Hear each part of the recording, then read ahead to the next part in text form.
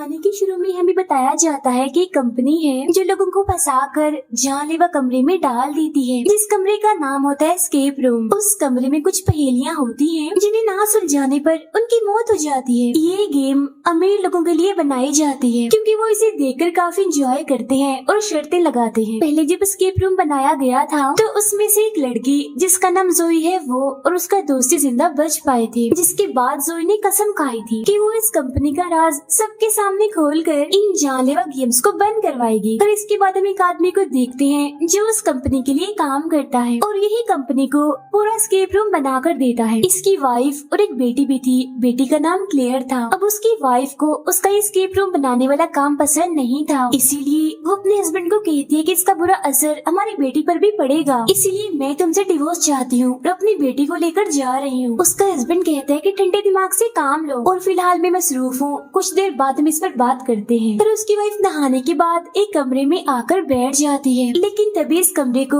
लोहे के 3 रॉड बंद कर देते हैं। ये देख वो फौरन समझ जाती है कि मेरे हस्बैंड ने मुझे एस्केप रूम में फंसा दिया है। अब रूम का टेम्परेचर तेजी से बढ़ने लगता है, जिस वजह से गर्मी की शिद्दत भी वहाँ पर बढ़ती जा रही थी। वो दरवाजा खोलने का कहती है लेकिन आगे से कोई जवाब नहीं आता। अब भाप की वजह से शीशे पर एक पहेली दिखती है जिसका जवाब पत्थर था। तब वो वहाँ पड़े हुए पत्थरों को देखती है जिसमें से उसे एक मगनातीस मिलता है, जिसे देख वो फौरन समझ जाती है कि इस मगनातीस के जरिए उसे वो तीनों लोहे के रॉड दरवाजे पर से हटाने हैं। तो वो एक एक करके रॉड हटाने लगती है, लेकिन कमरे का टेम्परेचर 240 डिग्री से भी बढ़ता जा रहा था, जिसकी वजह से उसकी जल्दी पिघलने लगती है और आखिरी रॉड हटाने से पहले ही इतनी गर्मी की वजह से उसकी मौत हो जाती है। अब कुछ सालों बाद हम देखते हैं कि उन दोनों की बेटी इनी क्लेयर अब बड़ी हो चुकी है। उसके डैड ने उसे एक कमरे में बंद करके रखा हुआ है क्योंकि वो भी अपने डैड की तरह एस्केप रूम बनाने में काफी माहिर है, इसीलिए अब उसके डैड उसी से ही एस्केप रूम बनवाते हैं। अब यहाँ क्लेयर के डैड को इस बात का भी काफी गुस्सा था कि जोई उनकी गेम से जिंदा बच गई थी, इसीलिए अपनी बेटी को मुश्किल से मुश्किल एस्केप रूम बनाने का कहते हैं ताकि इस बार जोई बच न पाए। दरअसल इस बार भी उन्होंने जोई के लिए जहाज में एस्केप रूम बनवाया है क्योंकि वो जानते थे कि वो जहाज के जरिए ही न्यूयॉर्क आने वाली है।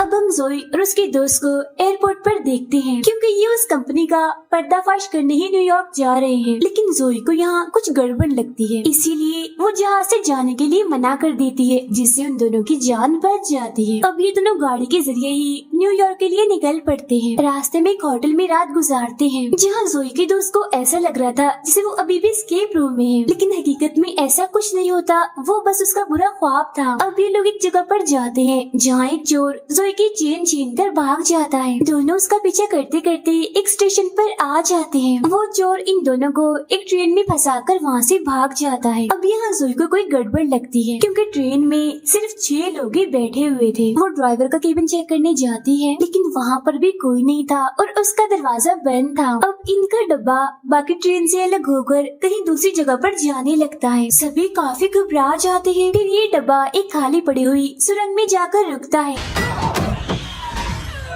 जोई का दोस्त ट्रेन का दरवाजा खोलने की कोशिश करता है लेकिन वो बंद था। यहाँ जोई और उसके दोस्त को ये बात समझ आ जाती है कि उस कंपनी ने आखिर इन्हें ढूंढ ही लिया और यहाँ फंसा दिया। मगर और हैरान करने वाली बात ये थी कि ट्रेन में मौजूद बाकी जो 4 लोग हैं वो भी पहले इस जानलेवा गेम को जीत चुके हैं, यानी अब ये इन सभी चैंपियंस की गेम है। फिर कुछ मशीन के जरिए पूरी ट्रेन में करंट फैला दिया जाता है, यानी कि अभी लोग किसी भी लोहे की चीज को हाथ नहीं लगा सकते थे। एक लड़के को सीट के नीचे एक बैग मिलता है जिसके अंदर से तौलिए और दरवाजा खोलने वाला हैंडल निकलता है। इस हैंडल के जरिए ये ड्राइवर वाले केबिन को खोल लेते हैं। अंदर इन्हें एक टोकन मशीन मिलती है जिसके अंदर 9 टोकन्स डालने थे। इसके ऊपर लिखा हुआ था कि पोस्टर्स की गलतियों को ढूंढना होगा। ये लोग एक पोस्टर को देखते हैं जिसमें से ए गायब था। अब ऐसे करके ये लोग बाकी स्पेलिंग की गलतियों को भी ढूंढने लगते हैं। जोई देखती है कि ट्रेन के ऊपर टोटल 26 हैंडल्स लगे हुए हैं और ABC में भी 26 लफ्ज होते हैं। मतलब ये है कि जो लफ्ज गायब हैं, इन्हीं उन्हीं लफ्जों के हैंडल्स को खींचना है। एक लड़की को बैग में से रबड़ का काफी बड़ा सा टुकड़ा भी मिलता है जिसे काट कर ये आपस में बांट लेते हैं ताकि लोहे के उन हैंडल्स को खींच सके और इन्हें करंट ना लगे। जोई एक हैंडल खींचती है जिसमें से टोकन बाहर आता है, जिससे वो टोकन वाले डब्बे में डाल देती है। इसके बाद ये लोग सभी गायब लफ्जों के हैंडल्स खींच रहे थे जिसमें से एक के बाद एक टोकन निकल रहे थे, लेकिन हैंडल खींचने की वजह से वहाँ करंट बढ़ता ही जा रहा था। एक लड़के को आखिरी दिन गायब लफ्ज मिल जाते हैं, लेकिन इससे पहले कि वो इस बारे में किसी को बताता, गलती से वो लोहे के पाइप को पकड़ लेता है और करंट लगने की वजह से उसकी मौत हो जाती है।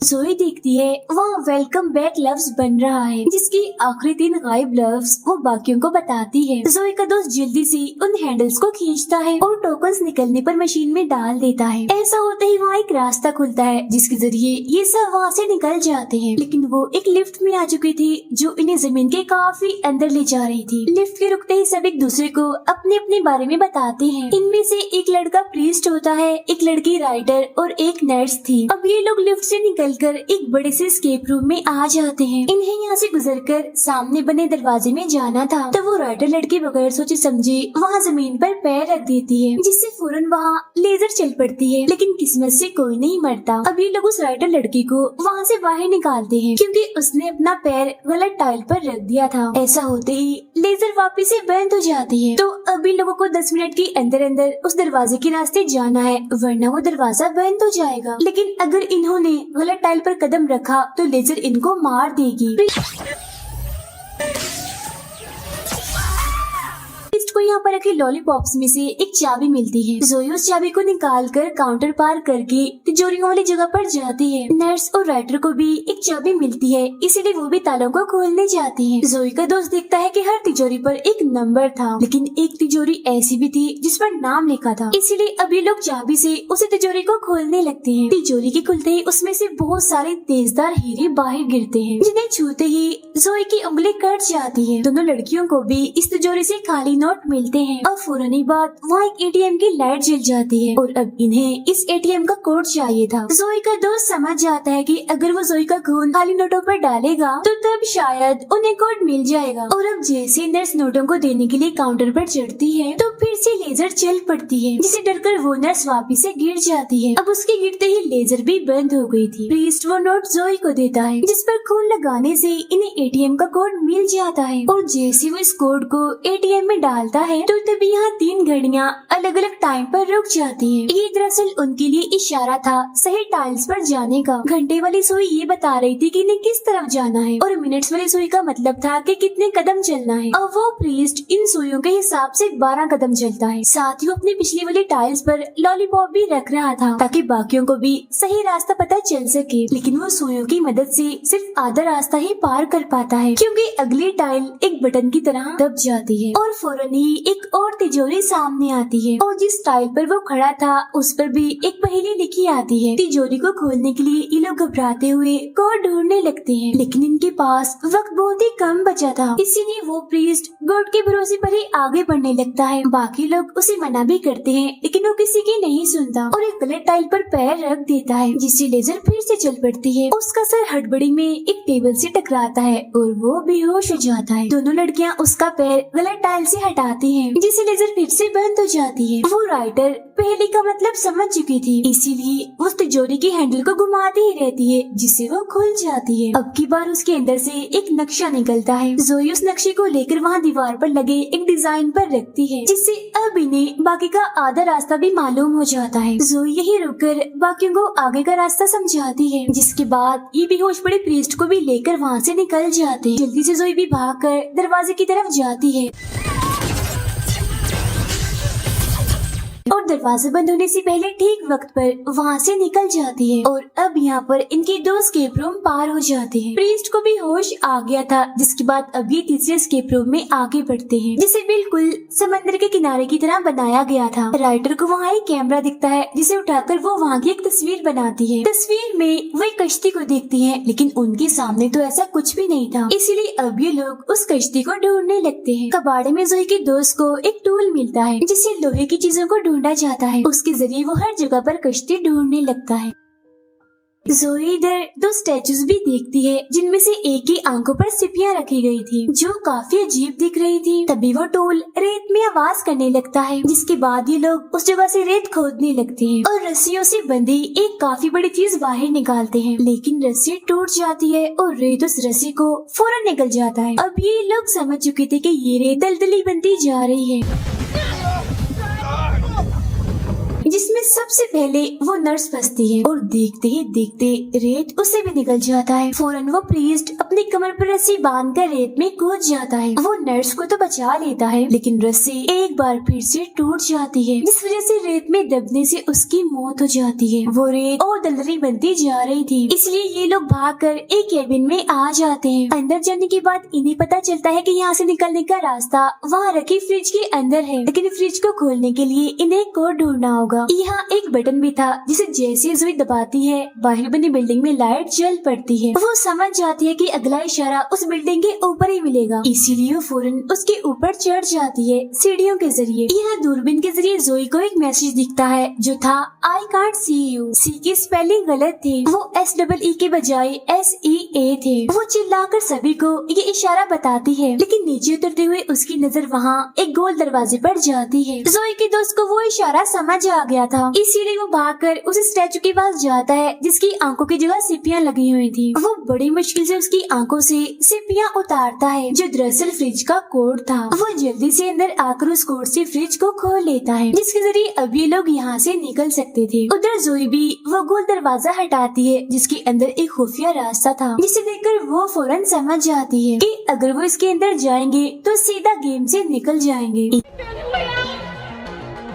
इसीलिए वो बाकी लोगों को भी अपने पास बुलाती है। तब राइटर के अलावा उसका दोस्त और वो नर्स उस पर भरोसा करके उसके पास जाने लगते हैं। वो सीढ़ियों के जरिए ऊपर जा रहे थे। नर्स तो ऊपर चढ़ जाती है, लेकिन जोई के दोस्त के ऊपर जाने से पहले वो सीढ़ियाँ अंदर चली जाती है और वो नीचे गिरकर रेत में दफन हो जाता है। ये देखकर जोई को काफी दुख होता है और वो दोनों खुफिया रास्ते से निकलकर एक जगह पर आती है और यहाँ से निकलने के लिए भी इन्हें एक सीढ़ी मिल जाती है। वो सीढ़ी के जरिए बाहर आती है और आसपास गाड़ियाँ देखकर समझ जाती हैं कि वो किसी सड़क पर है, मतलब वो सच में गेम से बाहर आ गई हैं। लेकिन ऐसा कुछ नहीं था। तभी वो राइटर यहाँ भागकर आती है और बताती है कि ये चौथा स्केप रूम है और यहाँ हर एक मिनट के बाद तेजाब की बारिश होगी, जिसे बचने के लिए यहाँ बने स्टोर में जाना होगा, लेकिन वहाँ पर ताला लगा हुआ है। राइटर ऊपर चढ़ती है तो उसे वहाँ एक चाबी मिलती है जिससे ताला खोलकर ये शटर ऊपर करती है और देखती है कि स्टोर के सामने तो एक और दरवाजा लगा हुआ है। अब टाइम खत्म होते ही यहाँ तेजाब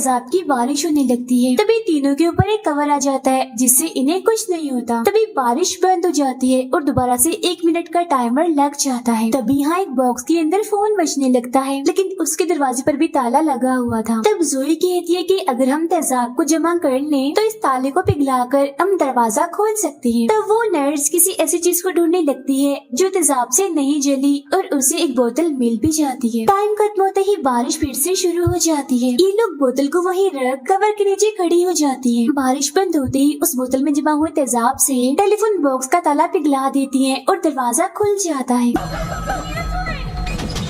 जोई अंदर जाकर फोन उठाती है, लेकिन आगे से कोई जवाब नहीं आता। एक पोस्टर के जरिए उसे गाड़ी के बारे में पता चलता है, तो वो समझ जाती है कि यहाँ पर खड़ी हुई गाड़ी उनका अगला इशारा है। वो गाड़ी के पास जाकर छानबीन करने लगती है, देखती है कि गाड़ी का दरवाजा बंद है, लेकिन तभी टाइम खत्म होने के बाद बारिश शुरू हो जाती है। उन लड़कियों के पास एक छतरी थी जिसे वो जोई को देती है, जिसकी मदद से जोई तेजाब में जलने से बच जाती है। जोई को एक पोस्टर में 3 अंगूठियाँ दिखती है और वो नर्स को कहती है कि टेलीफोन की घंटी 3 बार बजने देना और फिर फोन उठाना। तब वो नर्स ऐसे ही करती है जिसे उस गाड़ी का दरवाजा खुल जाता है। जोई फौरन जाकर गाड़ी के अंदर बैठ जाती है। बारिश में धोने के बाद वो दोनों लड़कियां भी गाड़ी के अंदर जाने की कोशिश करती हैं, लेकिन दरवाजा तो लॉक हो चुका था और तो टेलीफोन बॉक्स का दरवाजा भी अपने आप ही बंद हो गया था। वो कवर भी अब अंदर जा चुका था। अब उन बेचारियों के पास बचने का कोई रास्ता नहीं होता और जब तेजाब की बारिश होती है दोनों ही उसमें जलकर मारी जाती हैं। ये भयानक नजारा देखकर जोई चिल्लाने लगती है क्योंकि वो उन्हें बचाने के लिए